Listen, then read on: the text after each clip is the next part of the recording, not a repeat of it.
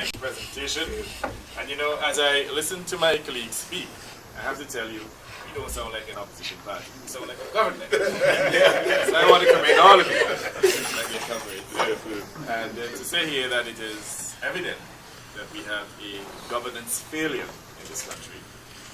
And the only way to be able to restore peace and prosperity to this country is by ridding this country of Baldwin Spencer and the UPP.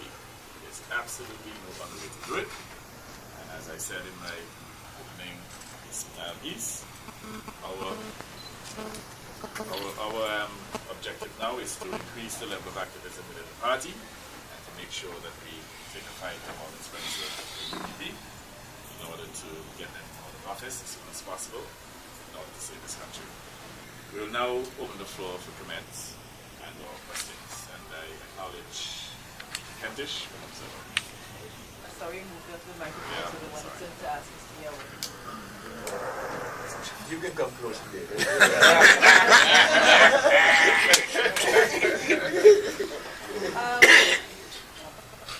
Mr. Yellow, you know, I'm thinking that in hearing what you're talking about with national insurance, you know, they talk about Obamacare. I don't know if you're going to call this Yahweh Care or Robin Care. But this proposal, I wanted you to talk a little bit more as to how exactly it will work. You spoke about some sort of partnership between Social Security, medical benefits, and state insurance. State insurance and medical benefits. Yes. Okay. Could you talk a little bit more about how exactly you envision something like that working, and how that could affect what people are actually paying right now? Well, here it is that right now we are paying medical benefits. And you can go to state insurance now and you can get a medical policy for your company, for you individually. And so we say the country has 100,000 people. That's how these insurance work. And so we look at the diseases that we want to be covered. And we speak to reinsurance. Insurance company, for instance, Apollo.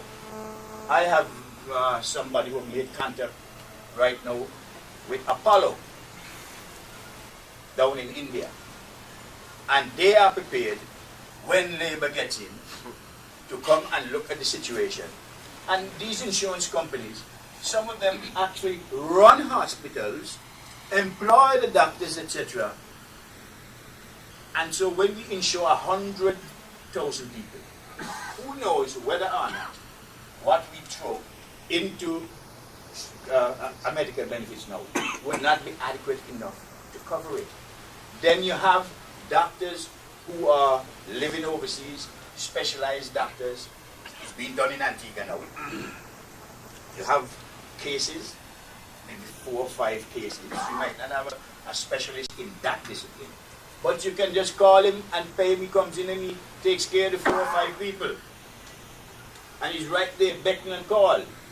You buy these things. So it would not be a burden. How many of us in here that we throw medical benefits, but we still have our personal insurance health policies? Why? Because we just get that up there. But we are insuring against a larger type of problem. So what we are saying, we would cut out that. And I'm quite certain that what you spend in your private insurance, and you would pay 20% or 30%, even more for comprehensive policy. Just drawing a reference. I'm not an insurance expert how it works, but I'm quite certain if others can have it, and it can be done, Antigua and Barbuda must have it because the Labour Party says so. So we're coming Western to expound on that. Yeah, basically, presently, we have John.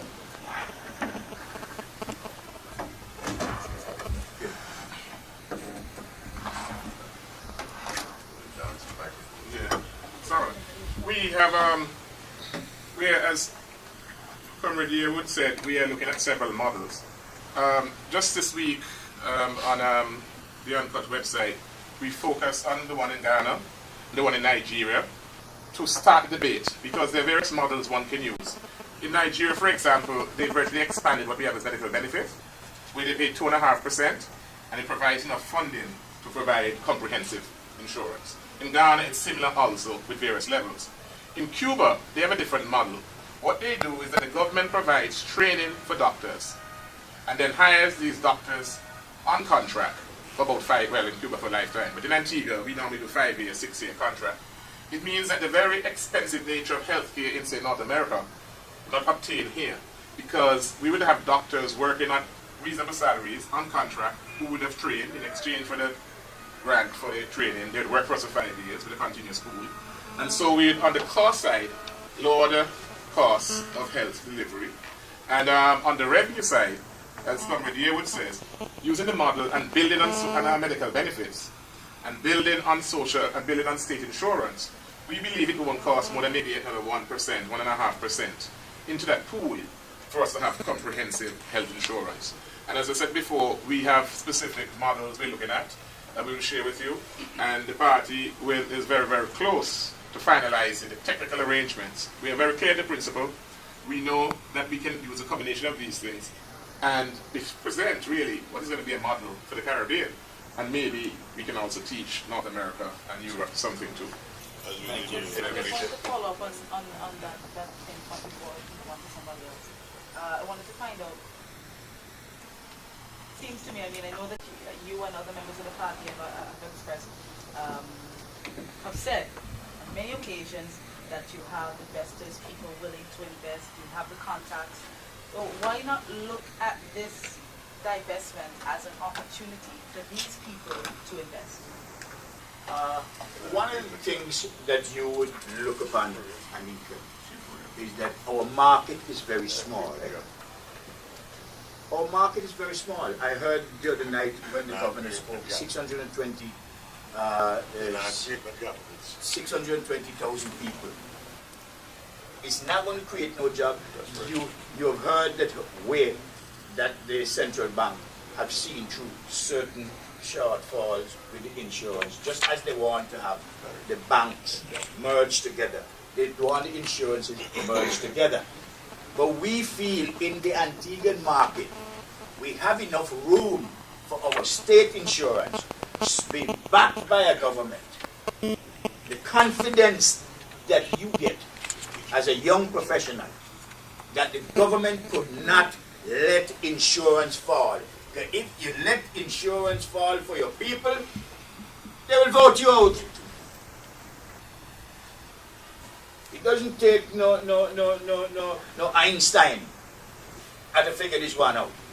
But it's the feeling that the Labour Party has for the people of Antigua and Barbuda that we feel the most important and costly service that our people are going to need, and we can't let it hang in the balance. It's health.